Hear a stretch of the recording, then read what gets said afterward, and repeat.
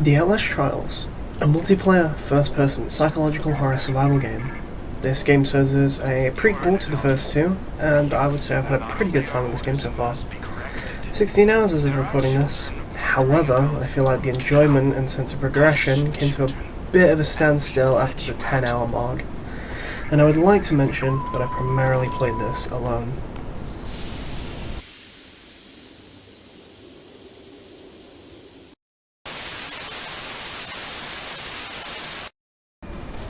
The biggest part of this game is the trials. It's in the title. However, I found this to be a bit of a mixed bag.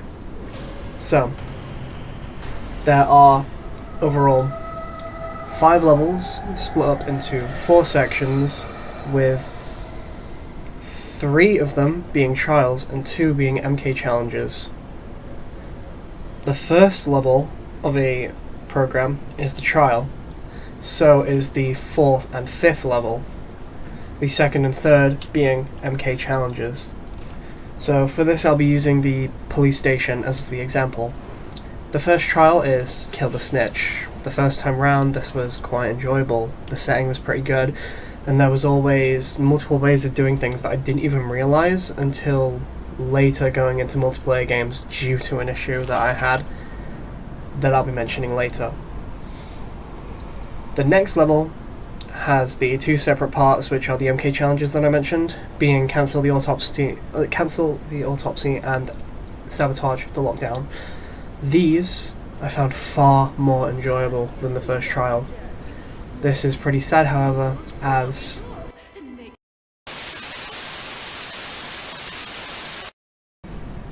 now what's annoying about the trials is the repetitive nature of them. This isn't a bad thing in itself. Take games like Dead by Daylight for example, where there's tons of variety, such as maps, generator, palette and vault locations, perks, killers, all of that to make the game enjoyable playing it over and over again. However, in this game, the trials are incredibly similar, with, to what I've noticed, very little variation apart from some areas being locked off with doors that you cannot open, which change location, or at least I'm pretty sure. That might just be me being not used to the maps yet, so I'm not entirely sure. I played through the police station completely on my own, which for me, when the trials take an average just under an hour, around 50 minutes, was kind of annoying. This can drop to like around 20 minutes with others from my experience if everyone's playing decently. So after playing through the entirety of the police station solo and spending a very long time doing so, I got to the next program, which I still haven't completed this one. I went into it thinking it was going to be a breath of fresh air, but boy was I wrong. The first trial on this one was nearly identical to the first one on the first program, which, as I've mentioned, was already repeated 2 other times on the first program, so to have to go through it a 4th time, and it's only the 6th trial you've done technically, that's not exactly the best, but at least the map was different, the setting was different, so it had that going for it. So I guess I'd let it slide if there wasn't 3 in every single program. But again, after completing this, I went into the MK challenges, which were okay and a lot better than the repetitive trials from the first program and now this one. However, when I got past this, as I mentioned, it's the same trial again as the first one, which is... I don't want to say it's bad, because the game was still enjoyable. I still had fun playing it, but doing the actual objective was the boring part, because it was just the same. You'd go and you'd try to push the objective, but if you're playing solo, then an enemy's going to find you. You're going to have to run away from them, escape them, and then go back and push it. But by that point, it's already gone back a bit if you haven't gotten it to the next checkpoint. So you end up losing progress, and it takes way longer than it should, in my opinion. So I ended up, because of frustration and boredom, I went into multiplayer lobbies. And that's where my next problem comes up.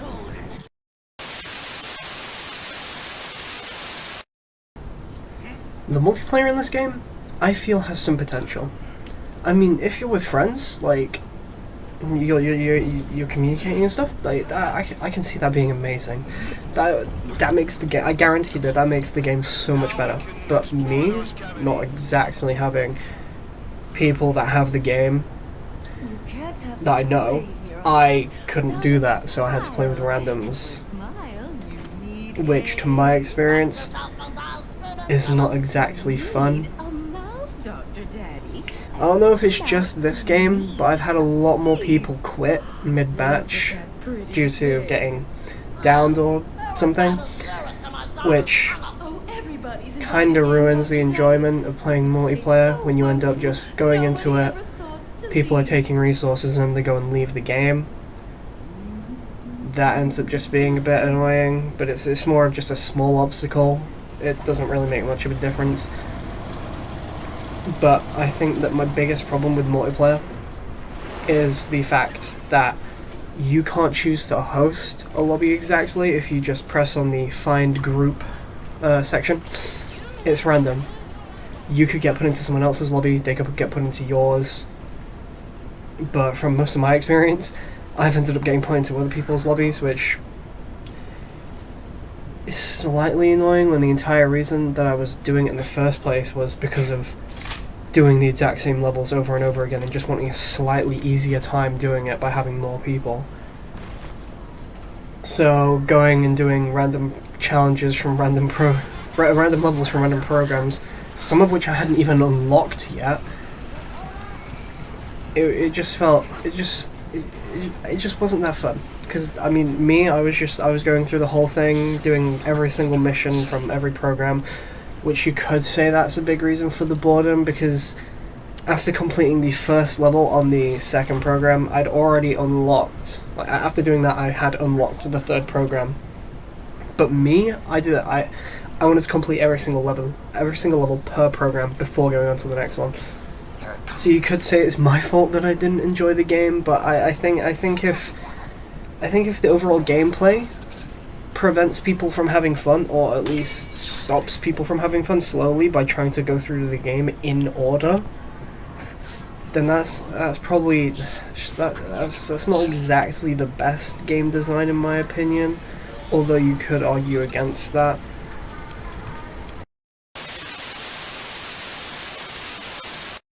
The progression in this game is interesting, and there's a bunch of different things that you can progress. There's the pharmacy, which can boost just like basic attributes like night vision, battery life, stamina, inventory space, and a bunch more. Then there's amps, which you can have 3. These just give you different different boosts that are kind of similar to the pharmacy, like being able to walk on broken glass without creating sound, recovering stamina or health when you jump in a locker, or in any hiding place actually, not just lockers. I'm used to Dead by Daylight. And then there's the main event, the rigs, which they're okay.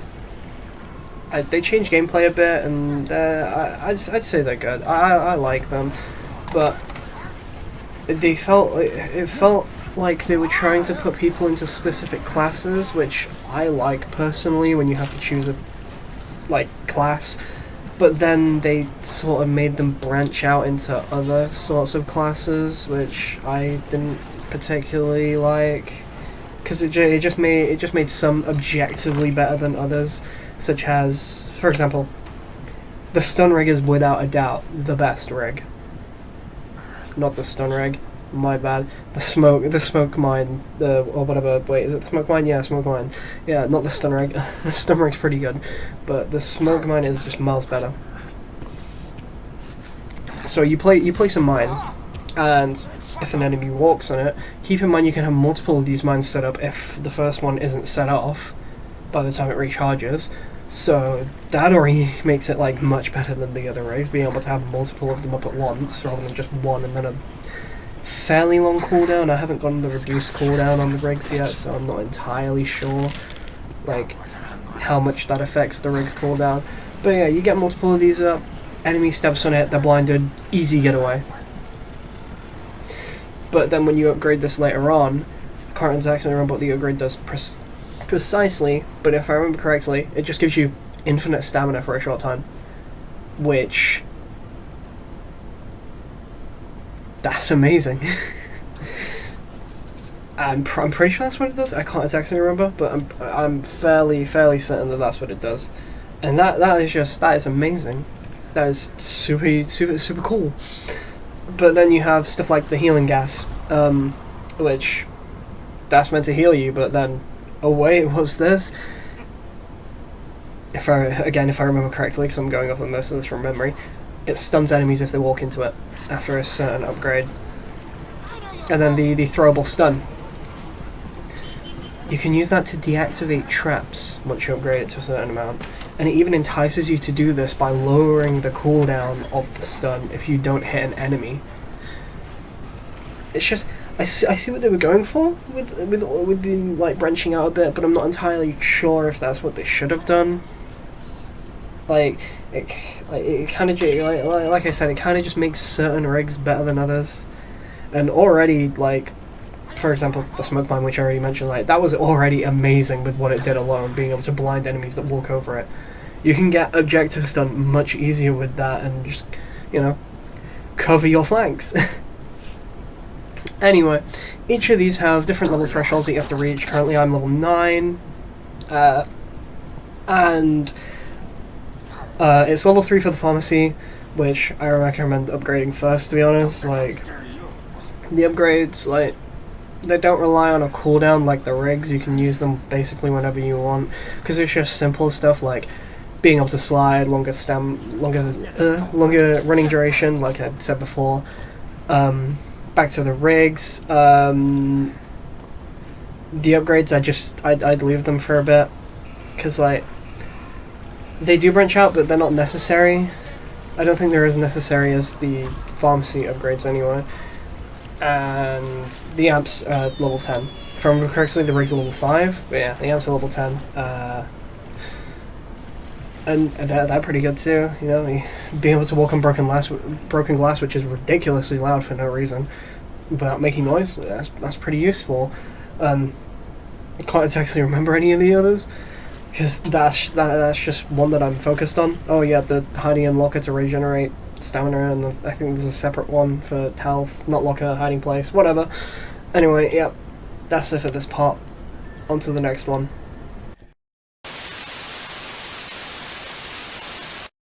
Now that I've gone through the ways of progression, here's how they affect the game. Not much.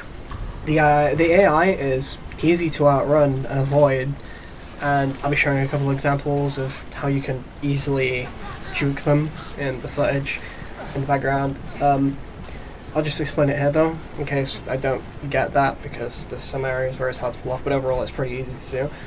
You can vault an obstacle and the enemy will vault over it too, and then you can vault back and just completely avoid them. You can do that just repeatedly, and it's just a cycle.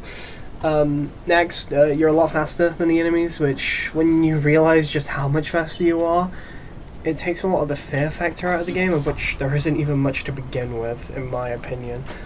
Apart from, I can't remember what they're called, but there's these guys that hide in the hiding spots, and if you get too close, they jump out at you, and they scare the absolute crap out of me, because I'm a pussy when it comes to horror games. But yeah, the rigs, they don't change the game all that much, apart from the smoke mine probably, because of just what it allows you to do. I chose X-ray though, because of thinking about how little the other rigs would actually make a difference. Like, I thought the smoke mine would take a lot longer to set up, but no, it doesn't. You could probably just turn around mid-chase and set it up, and then it gets blinded and boom, get away. But yeah, I chose the X-ray because of thinking the other rigs were a bit, like, healing's pretty plentiful, so I thought healing rig would be pretty useless. And then I realized that there was an upgrade that stunned enemies, and, god. But yeah, the items, there's stuff like bottles and bricks, which they're pretty common. So you can stun enemies with that. Bricks having 3 uses before they actually break, and bottles just being a lot louder.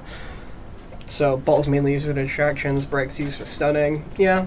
So that meant to me that if I use the X-ray rig, because of the amount of stuff that you can see after you upgrade it a little bit, you could just have 2 bottles of bricks in your inventory, maybe even 3, but then you could have a lockpick and you could basically take on anything. It might not be as immediately impactful as the other ones, but I just thought it was overall the most like useful, especially because I played solo, so I'd spend like triple the amount of time on Trials, which you could just say I'm a bad gamer, and to be fair, I wouldn't disagree with you, because I'm not exactly the best. I'm pretty average, so yeah, I just thought it was the most helpful for me, personally. It also recharges your night vision a bit, which I thought was pretty useful. It made batteries a lot less needed, which, to be fair, they weren't really needed before because of the night vision staying, like, it stays pretty strong even when the battery runs out. Like, you don't lose night vision. But anyway, yeah, that's it.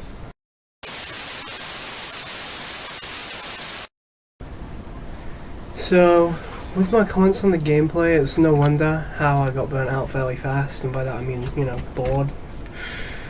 The gameplay's fairly repetitive and barely challenging, really. It's more of an annoyance when an enemy chases you, as it's just a matter of time before they lose you, with little actual danger in being chased.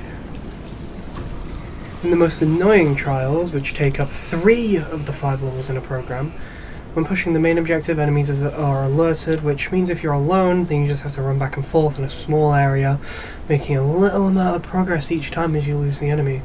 What makes this worse is that until you reach a certain point, the thing you're pushing will move backwards when left for too long, meaning that it takes even longer to reach different points. This makes it a bit boring when alone, and being repetitive and relatively easy, it just doesn't.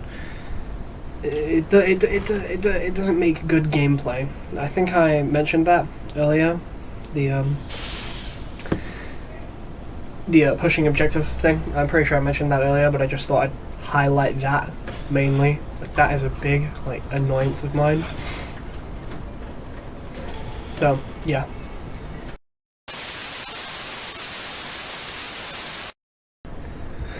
So I kinda went over this in the multiplayer part, but I want to make just a small bit dedicated to it.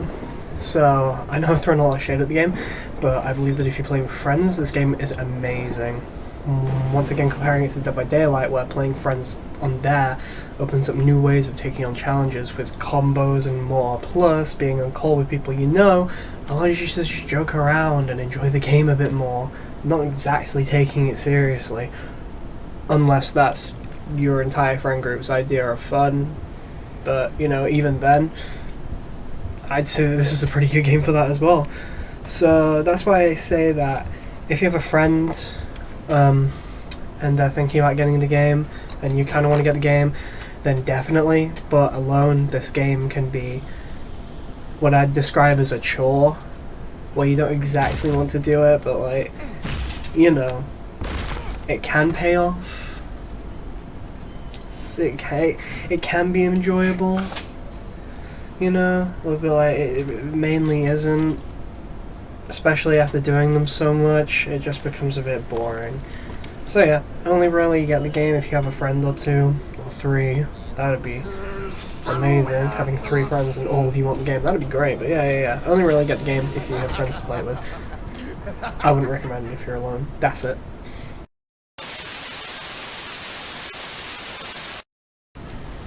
The enemies you face in this game are interesting and somewhat entertaining, to begin with, that is. However, after playing the game a bit, playing the same program over and over, a bunch, or just playing them in order, like I am, they become a little annoying with repetitive voice lines and such. However, their designs are pretty good, and the main enemy definitely fits the area they're in, which, them just fitting the surroundings is always great.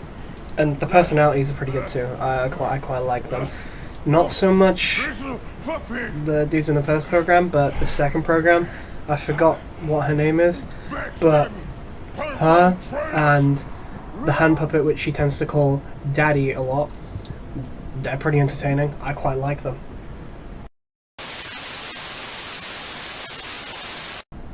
The ability to gain are interesting and allow for some varied playstyle through the rigs and amps. However, I'd kind of like if the pharmacy upgrades weren't as powerful, or like an extra inventory slot is useful, but for me 3 was enough to actually make me think about what I was carrying without being too limiting, which I quite liked. More stamina is just unnecessary and pretty overkill, and you're already much faster than the enemies, so you don't really need it. There's also like a speed pharmacy purchase, which again, I think that's probably overkill. And then on top of that, there's also a reduced stamina consumption rate, which, you know, those 3 all put together, that's way higher than overkill. But yeah, I'm pretty sure there's one for health as well. And you don't take a lot of damage, but enough to make you somewhat fear multiple encounters if you don't have a heal. So yeah, I don't think that some of these upgrades are the best. I feel like they should be limited a bit. So yeah, I feel like limiting them would allow for players to create their own playstyles, which, you know, that's pretty good. Such as one who focuses on objectives with the increased speed when carrying heavy objects. Of course, that wouldn't be applicable to all levels, but on some, such as the MK challenge on the police station, where you have to carry jerry cans around to fix generators and such, or on the second program where you have to remove these, like, I don't know what they are, mannequin kind of, these kids, whatever. You have to carry those around and destroy them. Yeah. So, you know, an objective focused like build would be pretty cool. And then a support who has the reduced stamina loss from saving teammates from executions or other encounters, like, that'd be pretty cool. I haven't actually fully upgraded my level 1 pharmacy thing, so I don't exactly know what's on the second level, or if there's a third level, which I don't know, but whatever. Yeah, so I'm going from my knowledge. But yeah, then a sort of a runner, I guess, who has the ability to smash down doors when running faster and slide into obstacles. Like, yeah, you know, being able to vary playstyles is, like, great. And these are only suggestions, of course, and I'm fine with how the game is now. I just feel like limiting these upgrades could be in some way beneficial, because already a lot of them are overkill, so, you know, limiting them in some way, or just making them not as powerful, would, in my opinion, be good for the game. So, to close things off, this game is decent. It does have a lot of potential, in my opinion. I wouldn't say it's scary, but there are some jumps every now and again. And I haven't played the entire game yet, but as it stands now, I don't know if I will until I feel ready to slog through the exam trial of the second program, or it fully releases. Or some people I know get the game, such as my sister, who's waiting for release on console. But yeah, I think I'd only recommend this game if you have someone to play it with, or you're a masochist.